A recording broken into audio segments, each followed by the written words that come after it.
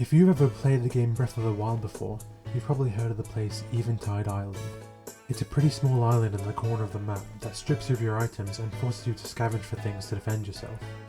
You go around finding every weapon you can and use them to take out the enemies you may find.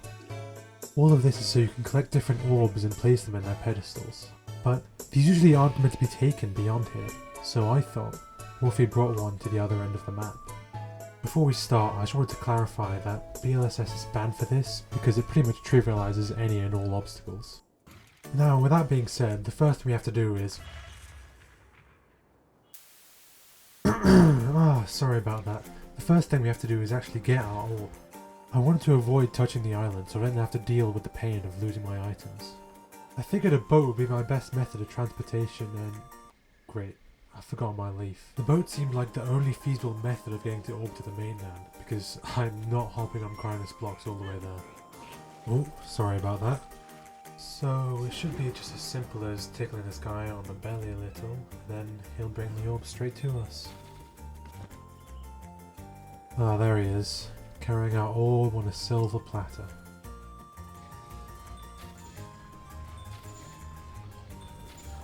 And there you go, it's just that easy. There it is, the orb that will travel miles. Now if I can just get it on... And here we are. Now we have the whole rest of the map. Here we go, I guess. The first major obstacle I had was a massive ocean between me and the mainland. Now, you might be thinking this was an annoyingly hard task. I thought so too, but I realised it was more tedious than hard.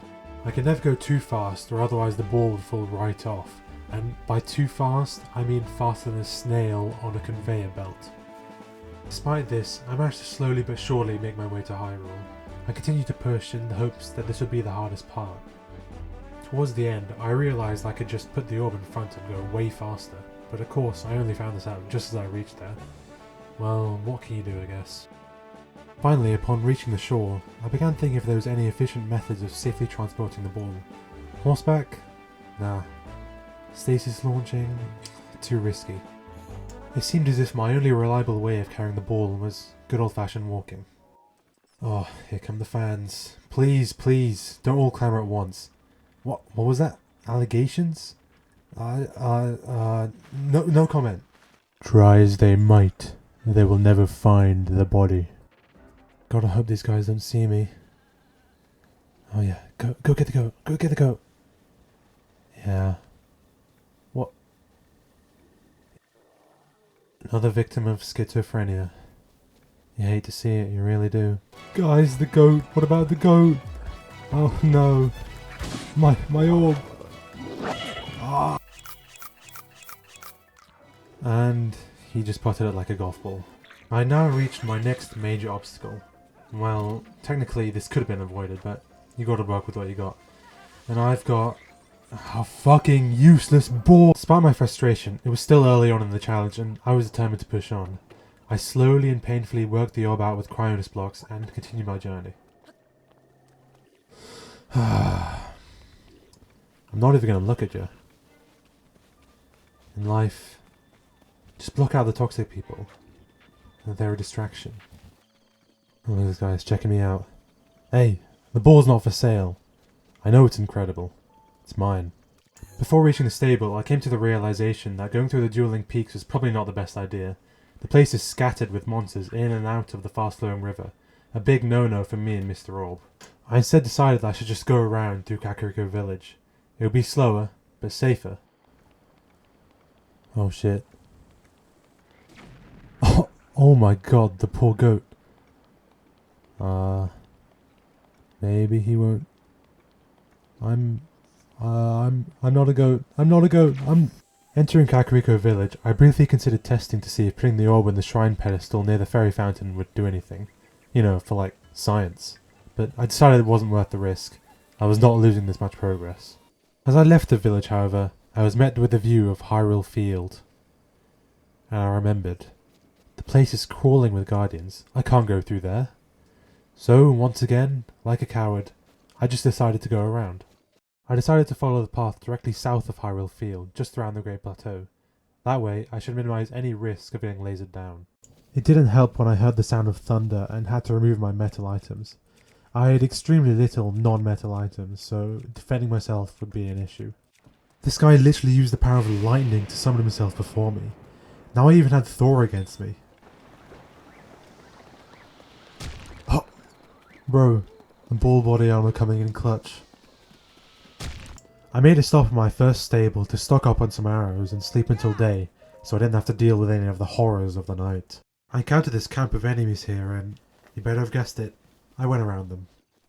Now at this point, I had made it fairly far across the map, just under halfway, but I suddenly had the impulse to put on my stronger and more powerful armor, as it felt as if the stakes were getting higher now. But as I made it to the next stable with relatively no issue, I began to think if the worst was behind me. Maybe the rest of the journey would be smooth sailing from here. The Hebra Mountains looked like they presented a big roadblock, but I think I'll be able to figure it out, probably. Just gotta get rid of these guys. I'm not having my ball fall in a lake again. Be on with you. Hey, that guy just held my ball. I'm manhandling my equipment.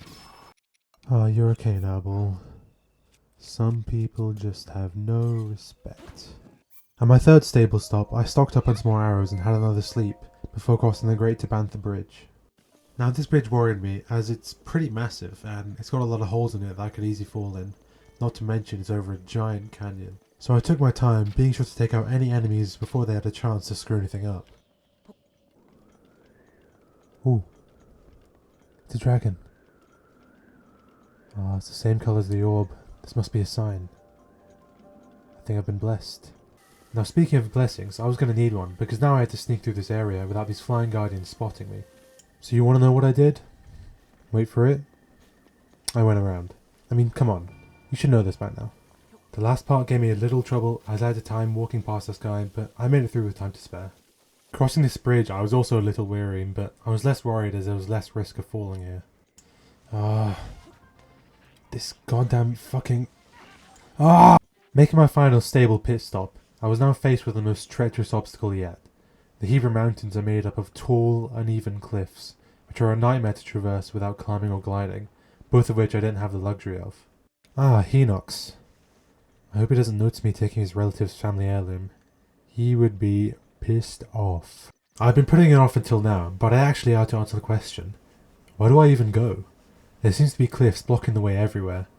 Maybe I could find some path I could barely squeeze my way up? I decided to just head to this cliff on the left, just to try and figure it out from there. But even getting there wasn't easy. I had to manage not slipping to avoid the risk of my orb falling all the way into the lake. Here was a close call. While trying to get up this, the ball almost rolled straight off. Like I said, these mountains are no place for an orb. And... why do I even say anything? Just keep my mouth shut. Luckily, this revealed a path I could just walk up, leading straight to where I needed to go. It was all in vain, however. When I arrived, it became apparent that there was absolutely no way I was going to make it up this cliff. Still, I tried to somehow force my way up, but it was clear that I had to try somewhere else. I decided to work my way around the side of the cliff, as that path up seemed like the only promising one. Once again, I found myself at the mercy of yet another ledge.